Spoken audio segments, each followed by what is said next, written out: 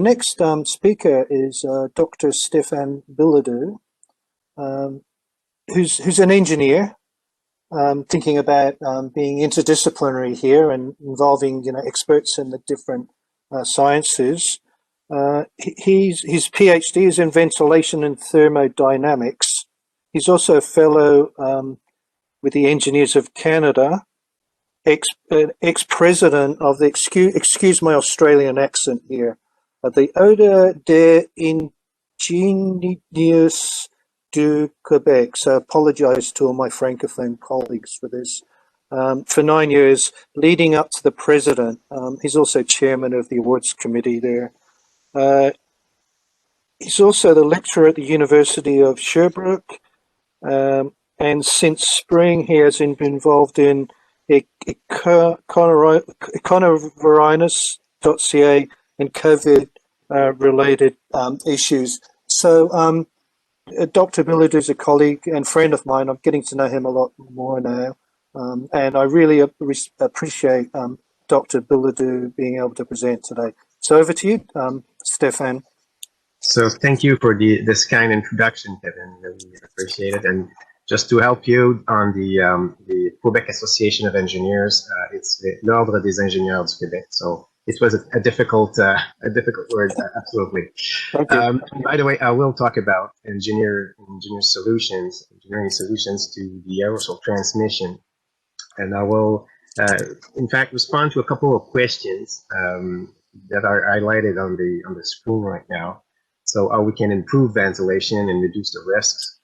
Many of these items have been touched and discussed by our two precedent speakers, which were doing a really awesome job. So I'll talk about that in terms of engineering and what is possible with better use of existing ventilation. So many installations, many settings, many buildings are already equipped with ventilation. So what can be done to further improve the management of this virus and the aerosols indeed. So what retrofitted solutions are recommended, and what is the, more specifically, what is the value of the air purifier? It was touched by Dr. Siegel just a few minutes ago, and I will give you some other insights. We're going in the same directions, but the point of view of the engineering as well. And finally, how engineers can be helping part of the multidisciplinary approach to help in specific facilities, essentially in the high risk and many others. So let's start with some of the items that are discussed. So I will not go through all this. I just want to highlight two things. Dr. Tellier earlier talked about the Moriska and her colleagues' study, which was talking about the impact of removing the virus using evacuation, using different means, but including ventilation. So this virus, indeed, we know since last year that it's a virus which is able to survive in really small, in fact, micro droplets and aerosols, essentially. It had been confirmed by the MIT and many others already last spring. But it was not the first virus doing so, as you know. So the science and the engineering as well has been pushing that for years. So indeed, on the medical side, physicians and virologists were doing things, but definitely on the engineering and solution, controlling that other kind of contaminant, which is the virus in an environment, was already addressed. So you see, I've highlighted on the slide what has been done in the UK by the Chartered Institutions of Building Services Engineers. And you're finding a similar schematic as what was highlighted by Moriska and her colleagues. It was, in fact, different ways to control, and I will talk about many of them in the next few slides. So it's not like if the science and the engineering were just learning how to deal with that. It's something that was already known. Indeed, this very virus has specificities, and it's important to take that into account. But the main principles were already there and already known. So that's what, and the laws of physics have not changed in the last few months. So they are exactly the same as they were for the last millions, if not billions of years. And that's important to recall. It's not a new science. It's really a science which is adapted for some specifics of this virus, but it's already there and just needed to use it correctly. One of the things which is important to recall and to know as well about this virus is its survivability. So it's able to survive for a long period of time in the microdroplets themselves. So that's part of the new science I was referring to. So studies done last year, so in the last 10, 12 months, were highlighting that depending on the level of humidity in a room, for example, the survivability of this virus was impacted significantly. So I will not go very far in that, but just for you to keep these two numbers. So at 65% of humidity in a room, it was a 1.1 hour survival half-life. So we're talking about half-life for virus, a bit like we're talking about half-life for nuclear stuff. So radiation essentially was the same kind of thing. So 1.1 hour at 65% of humidity. If this humidity drops to 53%, this virus could survive, and the tests were showing that up to 16 hours. That's kind of 15-fold with just a 12% difference in the humidity level. And the humidity, relative humidity level, keep that in mind. It's not the absolute humidity, but it's still impacting. And this virus is able to float, if I simplify it like that, for not only for a long time, but it's able to survive in this very small microdroplets and aerosols, as we should not call them. So this has another impact. It's on the engineering side of the tools we have in our tool set to fight this virus. So one of the equipment in a building which is able to control humidity, that's really the air handling unit, the HVAC, so heating, ventilating, air conditioning system. So this tool is also able to help in this fight against the virus. And that was highlighted really early many years ago. So this diagram was highlighted by the CDC in 2015, and it was coming from very previous time period. So this triangle is in fact is the hierarchy of control measures for contaminant, but also for virus. So that's why the CDC was using it. It has been published last year by the ASHRAE, but the originals were coming from the CDC. So definitely, first thing to do with a threat is to eliminate them. So elimination or substitution, which is another kind of elimination, essentially is the first thing to do. This virus is tough, so it's not easy to eliminate directly. So what we need to do is other things sometimes. So and then you'll find just after eliminating the virus, engineering controls, and that's in fact controlling the environment in which the people are. And after that, and with lower effectiveness, by the way, this chart from the blue side, the upper side, the blue side, and to the red side is in fact blue is most effective or more effective essentially, and the red side is less effective. So the least effective being the red one. So engineering controls is quite in the middle. So first thing to do is try to eliminate it, but as soon as you cannot do that, engineering controls should be considered really, really quickly.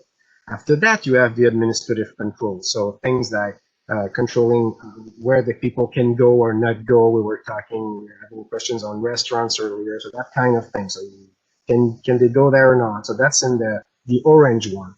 And the last resort, essentially the last barrier is the PPE. It's absolutely important, but you should have done many other things, not to rely only on PPE. That's the point. And that was identified by the CDC, not by engineers, really by control of disease, the Center for Control of Disease. So this is, and you see in the slides you have a kind of explanation of what it's all about. But essentially, engineering control have been a bit neglected at the beginning of this pandemic because the aerosol question was kind of not really well understood. And I'm just repeating myself, but that was known from before this virus. Not only that aerosols could be important, but also how to deal with them. So that was retaken by the ASHRAE Epidemic Task Force, and Dr. Siegel, which was there just a couple of minutes ago, is working with the ASHRAE as well. So this Epidemic Task Force has established some recommendations really early in the process, and more recently even more. So definitely of what type of buildings or settings you're dealing with, recommendations might be varying. But really, really often, if not almost all time, definitely it's important to talk about and think about ventilation, filtration, and air cleaning, as you see on the left side. For example, for non-COVID emergency surge space outside of hospitals, it looks weird to talk about that right now, but just recall that just a few weeks ago, we have heard in the news that California was there. Last spring, New York and Italy were there, having hospital emergency things to be done because they were having no more room left in the regular building. So anyway, ASHRAE has put some recommendation there. Some of them were directly linked to air change per hour. So a real minimum to get was about 2 air change per hour. So that's the desired version is much higher than that, but at least do that. If you have less than that, you're in trouble in almost any environment. No less than MERV 13 and MERV 14 should be used, and I will explain a bit on the technical side later on. But Dr. Siegel just explained that depending on the type and of the filtration standard that's used, and MERV is one of the main and the more important in North America, essentially. So the lowest the number, the least impact it will have. So you have to go higher in this list. So 13 is a bit worse than 14, 16 is better than 13, etc. And then you need to control temperature and humidity. So I was talking about relative humidity earlier. So that has a substantial impact, not only on the survivability of the virus, but also on the size of the aerosol you'll see. So if it's so there is this compromise to do between a bit too dry and a bit too humid. So you need to be in the middle region, middle area. So it's typically in the 40 to 60% range we want to stay. So that was directly in the recommendation. There is a really nice site on the ASHRAE. This is the blue box you have in the middle, and you have many different things you can look at on this site. So it's accessible for the public as well.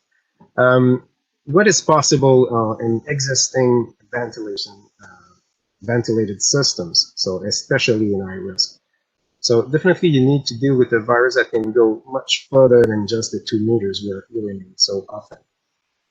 And to deal with that, one of the ways to dilute the amount of virus you will get is through ventilation. So ventilation has been identified as one of the means, but you can also work with the MERV filtration as mentioned earlier. So MERV filters,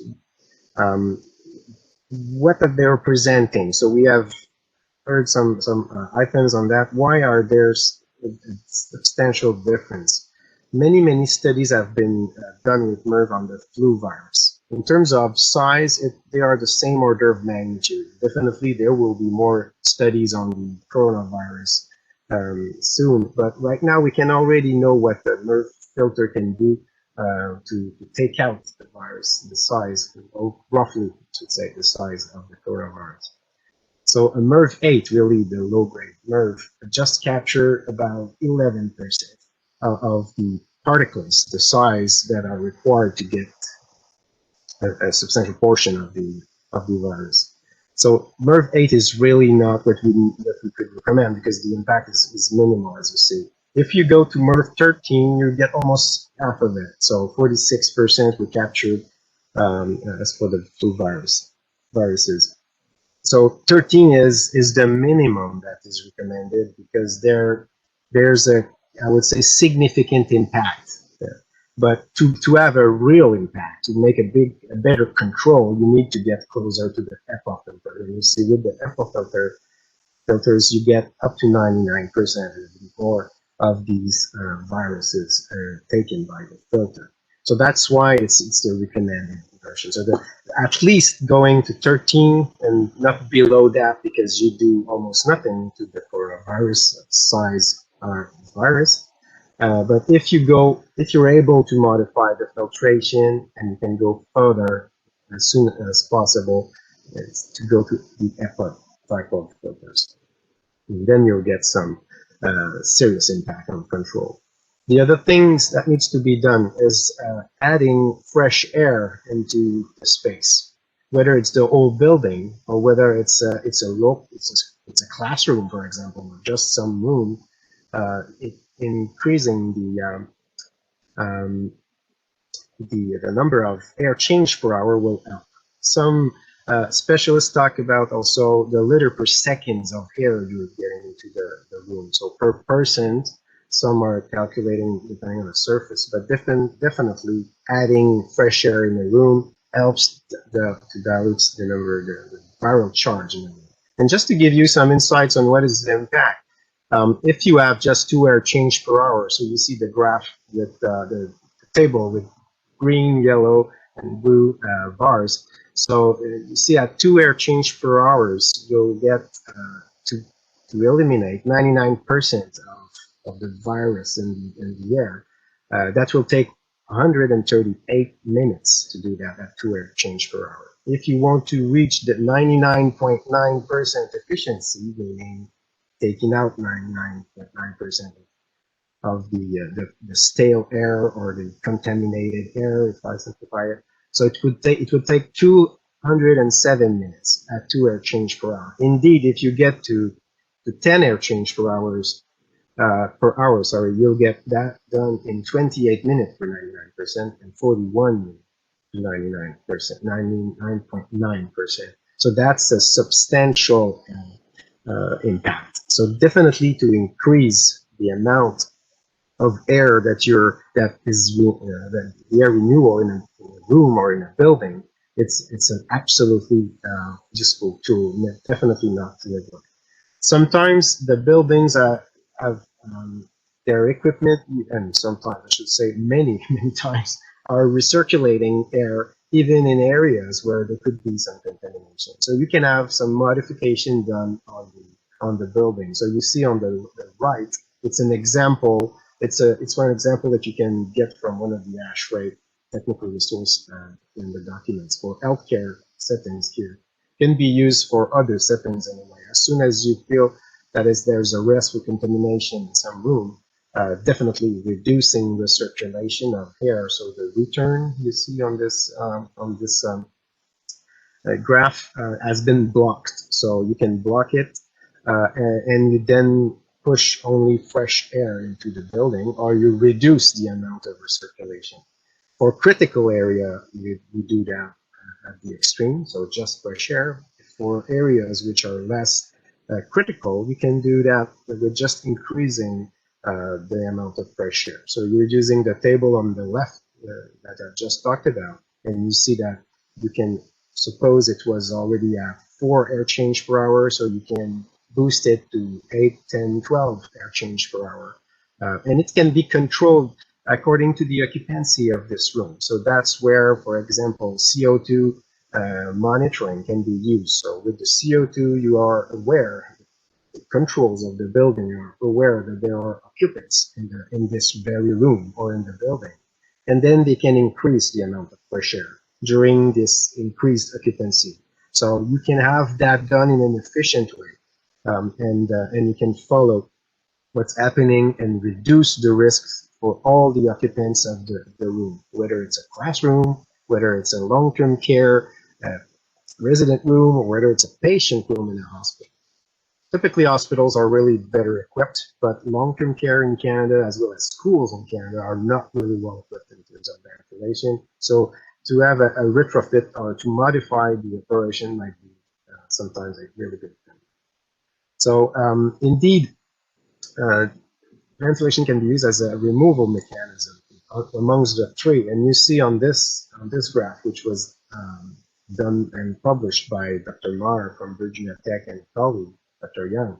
So you see that ventilation in the middle with the purple bar. You see that ventilation with the proper air change. So 10 air change per hour, that's the purple bar, and the green one is 1 air change per hour. So at 1 air change per hour, the impact is not that good. But at 10 air change per hour, it's as good as settling almost essentially. You can remove a large amount of the viruses which are in the air with that.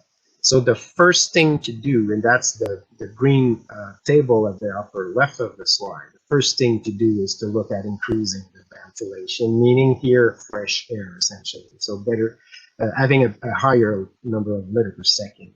And then better control this fresh air intake. I was giving an example using CO2 monitor, but it can be done different ways.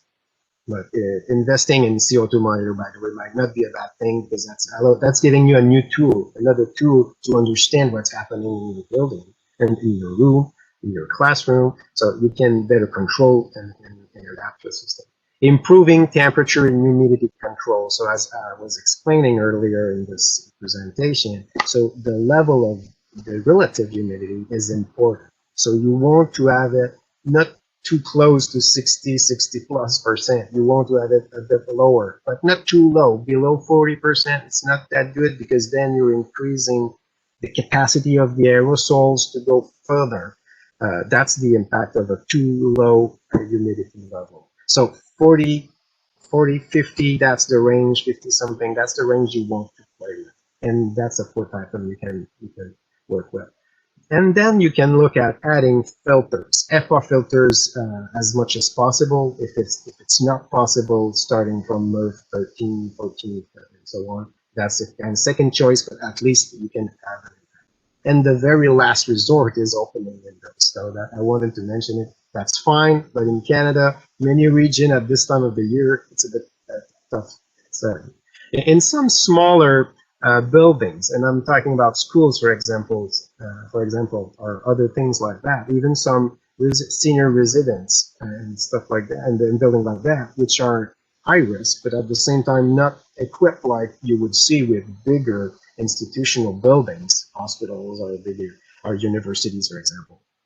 So you can add another type of solution, which is the air exchanger. Indeed, you need to have them installed properly, but they're much simpler to install than the very big central ventilation system or air handling unit, as we call them. So, and you need to have the proper arrangement made. So that's why I've chosen that example. So some arrangements are fine. They're okay to be used in an environment where there is a risk for contamination or infection or whatever contaminant anyway. So Hi, that's Ben. the thing. I just wanted to do a quick time check for you to see. It's Kimberly. Sorry. That's fine. Sorry, I've been a bit too long. So I'll try to wrap up in a minute or something like that.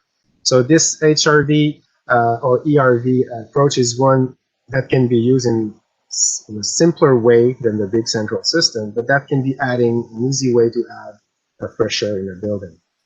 I wanted to highlight the purifiers question as well. So the UK government made an interesting study on that. So definitely when it's a HEPA filter based purifier, whether it's with UV or not, it can give good results. But it can give good results as soon as it's a proper size in the proper room. So on the right side, quickly you see if it's in a bigger room, and on the left side of the chart you see if it's you see it as installed in a smaller room, and the impact, a bigger impact on reducing the potentially infected people is definitely when it's properly sized, and that's what you see here. We'll go a bit further. I was using the same example as Dr. Siegel, so I will not go further on that front, just to emphasize the fact that purifiers, whenever you're using them, there may be just one of the cheese layer in your Swiss cheese approach, and he was saying the same thing, so we'll not go further. We're on the same page on that front. So that's my conclusion. How can engineers help? So there are many considerations to take into account into a design, especially when it's coming to be a bit more complex. Engineer can help in identifying and implementing devices and solutions. But there are things to look at first. That's the green box I was already talking about earlier. So there are some things that can be done right away if there is a ventilation system, or if there's a possibility to add, for example, control with better control on pressure intake, using CO2, better control of temperature and humidity. So I've already talked about that. So we'll not go further. And on the long term, indeed, this virus will continue to better know it, and then improve the efficacy of the devices to deal with it. But right now, we already have solutions that can be implemented in many settings, high risk or regular. So that was my conclusion. Sorry to have been a bit too long, but that was a topic I wanted to highlight. Thank you very much, Dr. Bilodeau. That was very comprehensive, really fabulous information. And I just did want us to leave enough time for Simon and also Alec Farquhar to talk at the end. But, you know, and we may run out of time for questions, but I did see one question in the chat box that I think it might be relevant for a lot of people to hear the answer. So it's from Devon McDonald to everyone. It says, we have a work environment, fire station, where 4 to 5 workers sleep in a dormitory setting for a few hours during the night. It's just a big open room. Would a portable cleaning unit, HEPA filter, help as another layer of protection for our workers? The buildings have aging HVAC systems.